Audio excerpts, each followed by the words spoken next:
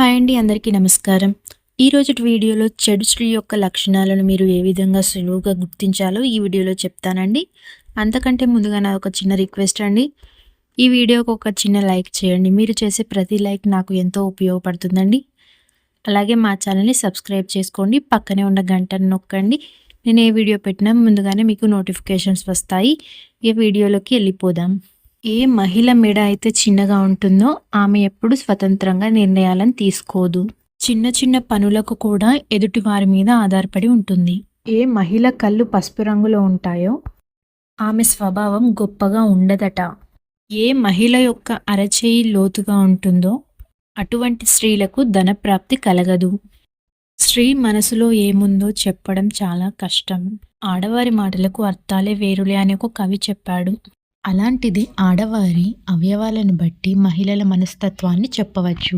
ఏ మహిళకు అయితే మెలకన్ను ఉంటుందో ఆ మహిళ ఆలోచన తీరు గొప్పగా ఉండదట. ఆమె బుద్ధి భ్రష్టు పడుతుందట.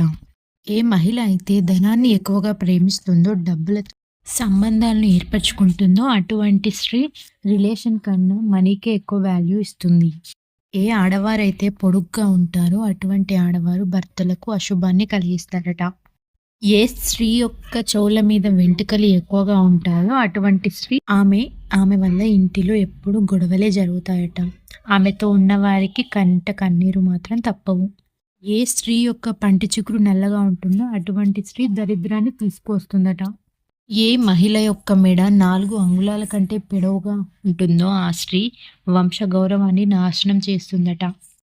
ఏ స్త్రీ అయితే వినడానికి ఇష్టపడదో, ఇతరుల మాటను గౌరవించదో అటువంటి స్త్రీ వల్ల ఇంట్లో గొడవలకు కారణమవుతుందట. ఏ స్త్రీ అయితే ఎప్పుడూ డబ్బు గురించి ఆలోచిస్తుందో, సంపాదన మీద దృష్టి పెడుతుందో అటువంటి స్త్రీని పురుషుడు అత్యాశపరురాలు అని ఆమెను గుర్తించాలి.